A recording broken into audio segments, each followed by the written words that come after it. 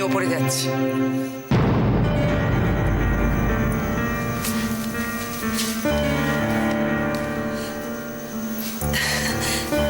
এখানে দাঁড়িয়ে কেন? আয় না, এতদিন বাদে মনে পড়লো? না গো, তোমার কথা সব সময় মনে হয়। তাহলে আসিস না কেন? দেখ না, এত বড় বাড়িতে আমি যেন একা হয়ে গেছি। আরে জয়ী, একটা কথা বলবো, রাখবি? হ্যাঁ বলো না। তোরা তোরা এখানে ফেরত চলে আয় না রে। ওয়াও, তাহলে তো দারুণ হবে। তুই কবে এলি? এই তো কদিন আগে। জানো তো মানি, এখানে আসার পর থেকে না তোমাকে খুব মিস করছি, আর সব থেকে বেশি মিস করছি তোমার সেই অসাধারণ রান্না। দুষ্টুমি হচ্ছে না? ঠিক আছে, একদিন আমার ওখানে আয়, রান্না করে খাওয়াবো। সর্বনাশ, আবার তোমার সেই অসাধারণ রান্না খেতে হবে? না রে, জানিস তো বসুধা, সময় মানুষকে দিয়ে কি না করিয়ে নেয়। এই তোর মেশোর কথাই ভাব না, স্বপ্ন ছিল ডিরেক্টর হবে, এখন সে স্ক্রিপ্ট রাইটার। ঠিকই বলেছো মানি, এ বাড়িতে আসার পর থেকে সেটা আমি খুব ভালো করে বুঝতে পারছি। কেন যে এরকম হলো? এই দোলে তো দিদি গুরুদেবের ওখানে। দিদি প্লিজ, এই বিষয়ে আমার একটা কথা শুনতে ইচ্ছে করছে না। দেখো দিদি, তোমাকে আজ একটা কথা বলি। দেখো, সবসময় লোকের কথায় না চলে তোমার মন কি বলছে সেটা বোঝার চেষ্টা করো। এই বাড়িতে যা কিছু ঘটে চলেছে সবকিছুতে তোমার সায় আছে তো? মানি, আচ্ছা পিউ মেশো ওদের সঙ্গে নিয়ে এলে না কেন বলো তো? আরে আমি তো হুট করে ডাইরেক্ট বুটিক থেকে চলে এলাম, দিদিকে দেখতে ইচ্ছে করছে তাই। আচ্ছা, আরেকদিন ওদের নিয়ে আসবো, কেমন? বুটিক? বাবা, তোমার তো অনেক গল্প আছে, এখানে দাঁড়িয়ে দাঁড়িয়ে এত গল্প হবে না। চলো চলো ওপরে চলো, অনেক গল্প করবো তোমার সাথে। মা তুমিও চলো না। তোরা গল্প কর, আমি জল খাবার বলে আসি। আচ্ছা। দেখি দেখি, কতদিন বাদে দেখলাম। সত্যি বলে না, মেয়েরা হচ্ছে সংসারের লক্ষ্মী। সত্যি রে, তুই এ বাড়িতে আসার পর থেকে এ বাড়ির দক্ষিণের জানলাটা একেবারে খুলে গেছে।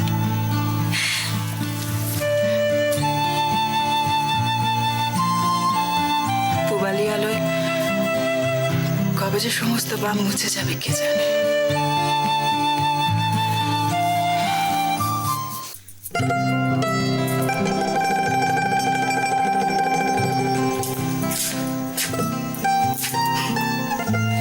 তোমরা পারো সত্যি, একবার যদি আয়নার সামনে দাঁড়াতে পারলে তো ব্যাস হয়ে গেল। বেশ তো, তাহলে আয়নাটা না দেখলে চুলটা আঁচড়ে না? আরে বাবা, যাচ্ছ তো রাইয়ের বাড়ি, এত কিসের যে সাজগোজ বুঝি না। সেই জন্য তো আমি সাজিনি। তাহলে কিসের জন্য সেজেছো শুনি? এই বললে না তো, এই শাড়িটা পরে আমাকে কেমন লাগছে? সে তো দারুণ লাগছে। এই জন্যই তো আমি সেজেছি। তাই? তাহলে তোদের এখনো হলো না? আশ্চর্য, ও তো চড়া রোদ হয়ে গেছে বল দেখিনি। এরপর বেরোবে তো অটো তো পাবি না একটাও। মা, আমরা বাসে চলে যাব। আচ্ছা শোন, দেখ ভুলে যাচ্ছি, এটা নিয়ে যা হাতে করে। এটা আরে তোরা বিয়ের পরে প্রথম যাচ্ছিস তো একসঙ্গে, না খালি হাতে যাওয়াটা ভালো দেখায় না। এটা দিদির শাড়ি, এখনো পাট ভাঙা হয়নি, নতুন শাড়ি একটা। এইটা নিয়ে যা, বেয়ানের হাতে দিবি। উনি আমাদের জন্য যা করেছেন সেই দিন তো আর এই জন্মে শোধ হবে না। ও একটু কর্তব্য করাই আর কি। কি আশ্চর্য মা, তুমি কি যে বলো না আমি বুঝতে পারি না। জেঠি শাড়িটা আমি তো বেশ তো, পরে সময় বুঝে দিদিকে ভালো থেকে একটা শাড়ি কিনে দিস, তাহলেই হয়ে গেল। কিন্তু মা, ওভাবে বলে না সন্দীপ, দিদি নিজে হাতে করে শাড়িটা দিয়েছেন ওনাকে দেওয়ার জন্যে। কেন বলছিস ওভাবে? মা, আমাদের অবস্থাটা তো ওদের অজানা নেই, তাহলে এসব লৌকিকতা করার কি দরকার? এটা বরং থাক, জেঠি এটা পড়বে। আমি যতদিন আছি উচিত অনুচিতগুলো না হয় আমি বুঝি। চার পাতে ইংরেজি আমি পড়িনি জয়ী, কিন্তু তা বলে এতগুলো বছরে সমাজ সংসার তো আমি কম দেখলাম না। মা তুমি জুই, মা তো ঠিকই বলছে।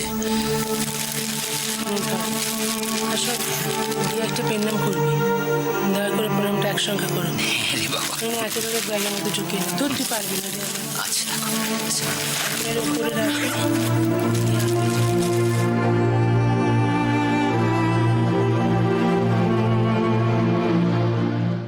আজকে তোমাদেরকে একটা বাচ্চা ছেলের গল্প। ছেলেটার নাম ছিল রাখাল। ছেলেটা মাঠে গরু চড়াতো। রোজ সকাল হলে অনেক গরু নিয়ে ছেলেটা চলে যেত মাঠে। কেন ম্যাম? কেন আবার খেলতে? আচ্ছা বলো তো, গরু কি খায়? কে বলতে পারবে? গরু খড় খায়, খড় খায়। আর কি খায়? ঘাস খায়। ঠিক বলেছ, গরু ঘাস খায়। এবার মজার গল্পটা বলি কি হলো। রাখাল তো প্রতিদিন মাঠে গরু চড়িয়ে যখন সন্ধে হতো তখন সব গরু নিয়ে আস্তে আস্তে গ্রামের রাস্তা ধরে বাড়ি আসতো। কিন্তু যখন এই সন্ধে নামতো আর ও গরু টরু নিয়ে বাড়ি আসতো তখন ও একটা জিনিস করতো, মজার খেলা খেলতো। কেউ জানো কি করতো? কি করতো ম্যাম? ও গাও করে চিৎকার করতো। সবাই ভাবতো বাঘ এসছে, আর বাঘ ভেবেই গ্রামের যত লোক আছে লাঠি নিয়ে, বল্লম নিয়ে, কুঠার নিয়ে ছুটে আসতো। তারপর কি হতো বলো তো? তারপরে কি হলো ম্যাম? তারপর সবাই যখন রাখালকে বাঁচাতে আসতো তখন রাখাল খুব মজা পেত আর খুব হাসতো। ভাবতো সবাইকে বোকা বানিয়েছে, আর তারপর গরুর পাল নিয়ে বাড়ি চলে যেত। এমনি একদিন সকালবেলা রাখাল গরুর পাল নিয়ে মাঠে গরু চড়াতে গেছে। তারপর সন্ধে হয়েছে, চারদিকে বেশ অন্ধকার। জঙ্গলের পথ দিয়ে আস্তে আস্তে রাখাল গ্রামের পথের দিকে গরুর পাল নিয়ে আসছে। হঠাৎ রাখাল খেয়াল করে পাশে একটা চিৎকার, হালুম। তাকিয়ে দেখে সত্যি সত্যি বাঘ এসছে। রাখাল বাঁচাও বাঁচাও, আমাকে বাঁচাও, বাঘ এসছে, আমাকে বাঁচাও বলে খুব চিৎকার করলো। কিন্তু একজন গ্রামবাসী ওকে সাহায্য করতে এলো না। তারপরে কি হলো ম্যাম? কি আর হবে বলো, রাখাল কি একা বাঘের সঙ্গে পারে? এই গল্পটা থেকে তোমরা কি শিখলে বলো তো? কেউ কখনো মিথ্যে কথা বলবে না। রাখাল মিথ্যে কথা বলতো গ্রামবাসীদের, তাই সত্যি সত্যি ওর যখন বিপদ এলো কেউ তখন ওকে সাহায্য করলো না। তাই তোমরাও কেউ কখনো মিথ্যে কথা বলবে না কিন্তু। ভালো লেগেছে গল্পটা?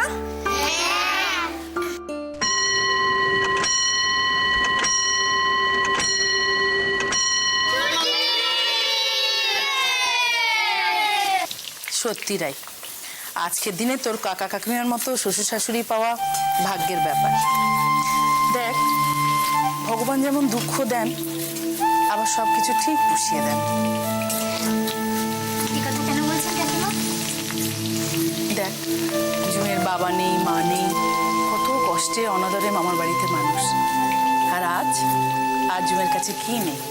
শ্বশুর শাশুড়ি, দেওর ননদ, একেবারে ভরা সংসার। একটা কথা বলবো কাকিমা? হ্যাঁ বল। আপনি তো আমাদের বাড়ির সব কিছুই জানেন। দাদাকে নিয়ে বাড়ির সবাই খুব দুশ্চিন্তায় আছে। দাদা হাসি মুখে যতই নিজের দুঃখটা আড়াল করার চেষ্টা করুক, কিন্তু আমরা সবাই দাদার যন্ত্রণাটা বুঝি। তাই এখনই ওর একটা চাকরির খুব দরকার। সেই জন্যই তো যেদিন জুঁয়ে চাকরি পাওয়ার খবরটা শুনলাম আমি খুব খুশি হয়েছি। তাও তো একটা সুরাও হলো বল।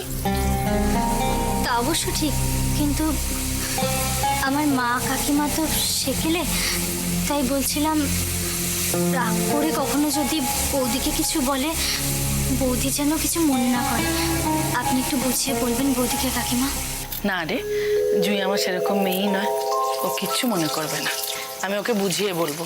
চাদর নেবে চাদর, চাদর নেবে চাদর, চাদর নেবে চাদর।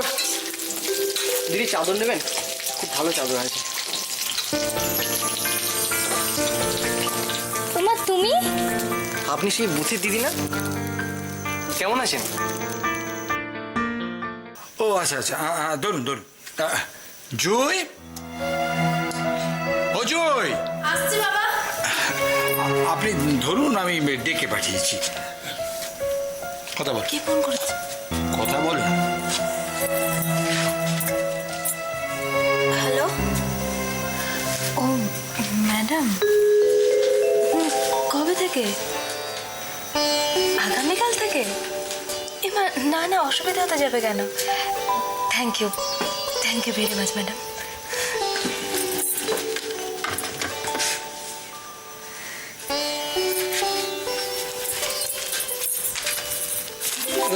এই দেখো, কি হলো রে?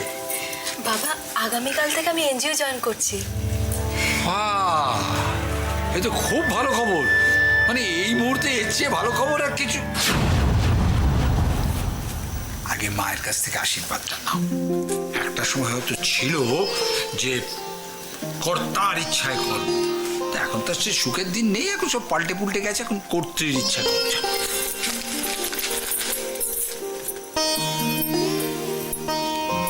আশীর্বাদ করো মা, আমি যেন তোমাদের মতন মিত্রবাড়ির যোগ্য বউ হতে পারি। বেলাই ষাট, আমাদের মতো কেন হবি? তোরা স্বাধীন চাকরি বাকরি করবি, ড্যাং ড্যাং করে ঘুরে বেড়াবি, আমাদের মতো হবি কেন জয়ী? আরে আবার এরকম কি কথাবার্তা বলছো তুমি? আরে মেয়েটা সাত করে তোমার কাছে আশীর্বাদ চাইলে তুমি এই সমস্ত কথা শোনাচ্ছ?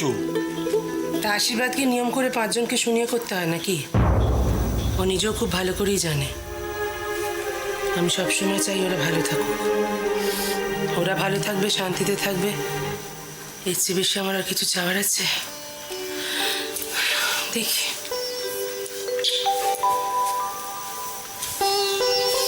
মা, আমার ভাগেরটাও কি ওর বরাতেই জুটবে? দেখছিস কি হিংসুটে পাগল ছেলে। ওরে তুই তো আমার চোখের মনি। না না, সব তো বুঝলাম, কিন্তু মানে শ্বশুর শাশুড়ি মিলে হঠাৎ বৌমাকে এত আদর, ব্যাপার হঠাৎ নয়। আর ব্যাপারটা হচ্ছে এই যে কাল থেকে আমাদের বৌমা ওই এনজিওতে জয়েন করছে। আরে বাবা, বলো বলো, তাহলে এর চেয়ে ভালো খবর আর কি হতে পারে? এ তো দারুণ খবর। হ্যাঁ, দারুণ খবর। বৌমা কাজে যোগদান করছে, আমাদের খুব আনন্দের কথা। কাজেই আমরা যেটুকু করছি ওটুকু করতেই পারি, এরপরে তো নিশ্চয়ই কোনো না না না, একদম। হ্যাঁ, ঈশ্বর করুন পৃথিবীর আর কোনো মাকে যেন এরকম সুখবর না শুনতে হয়। ভগবান। এই নাও। তোমার মা কেমন আছে ভাই? ওই একই রকম। আর দাদারা? দাদারা যে যা নিজের সংসার নিয়ে ব্যস্ত। তবে কি জানেন তো দিদি, খাই না খাই আমরা মা ছেলে বেশ ভালোই আছি।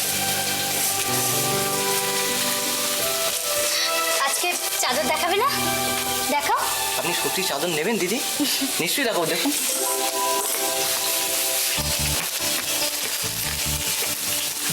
চাদরগুলো ভালো মনে হচ্ছে দেখি। দেখুন দিদি, দেখুন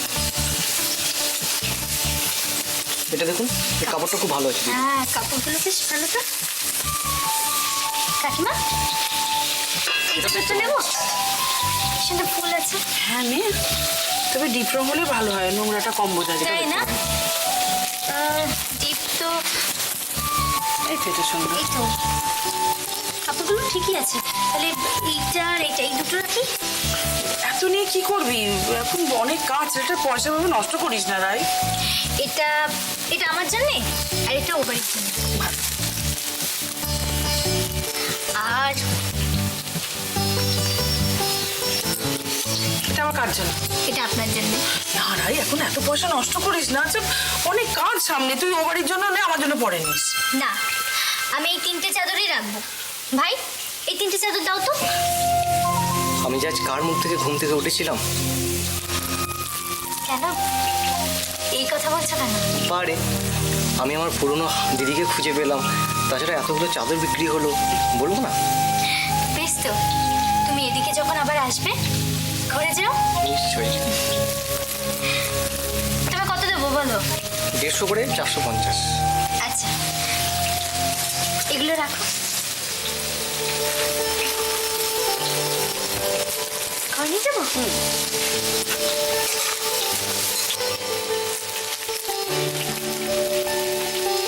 এই নাও।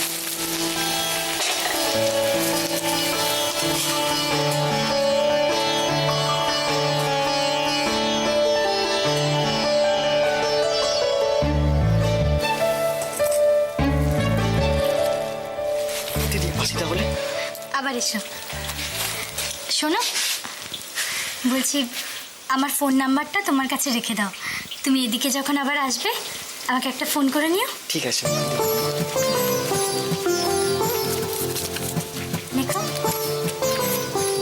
9732673426।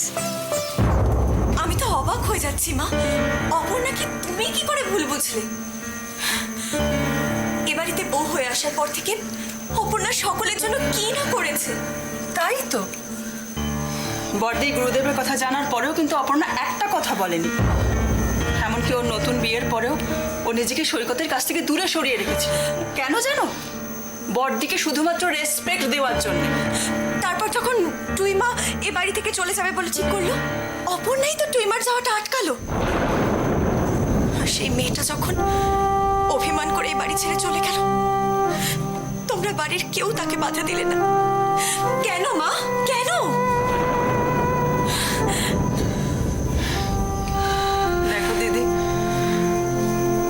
অপর্ণাকে এই বাড়ির ওই পাগল মানুষটা থেকে শুরু করে নিতাই, লিলি সবাই ভীষণ ভালোবাসে। মা, তুমি তো এত আদর করে অপর্ণাকে এ বাড়ির বউ করে আনলে, আর তুমি তাকে একটু ভালোবাসতে পারলে না? কেন বলো তো, কেন মা, কেন বলো? আমি ওকে মন থেকে ভালোবেসেছিলাম, মেয়ের মতন করে কাছে টেনে নিয়েছিলাম। কিন্তু তার কি প্রতিদান দিল? আজকে তোর বাবার এই অবস্থা শুধু এইভাবে নিজেকে আর কতদিন ভুল বোঝাবে বলো তো? দেখো দিদি, আমি আজকে তোমাকে একটা কথা বলতে বাধ্য হচ্ছি। আমি যখন মিথ্যে অপবাদ নিয়ে এই বাড়ি থেকে মাথা নিচু করে চলে যেতে বাধ্য হয়েছিলাম, তখন কিন্তু তোমরা সবকিছু জেনে শুনেও চুপ করেছিলে। কেন জানো? তোমরা ভেবেছিলে এইভাবে বুঝি বড়দিকে সম্মান দেওয়া। তোমরা ভুল ভেবেছিলে। অন্যায়কে মেনে নেওয়াটাও সমান অপরাধ। তুমি তো জানো মা, এ বাড়িতে অনেকে রাতকে দিন দেখিয়ে আনন্দ পায়, কিন্তু তাই বলে তুমি তার প্রতিবাদ করবে না? তুমি এটা চুপচাপ মেনে নেবে? কেন তুমি তোমার ঘরে বসে কাঁদবে? কেন? আমার বিশ্বাস ভরসা সব হারিয়ে গেছে রে। তোদের কি মনে হয় সৈকতের এই অবস্থা দেখে আমি খুব আনন্দ পাই? মা, মা চলো না, তাহলে আমরা কি অপর্ণাকে ফিরিয়ে আনি? চলো না মা।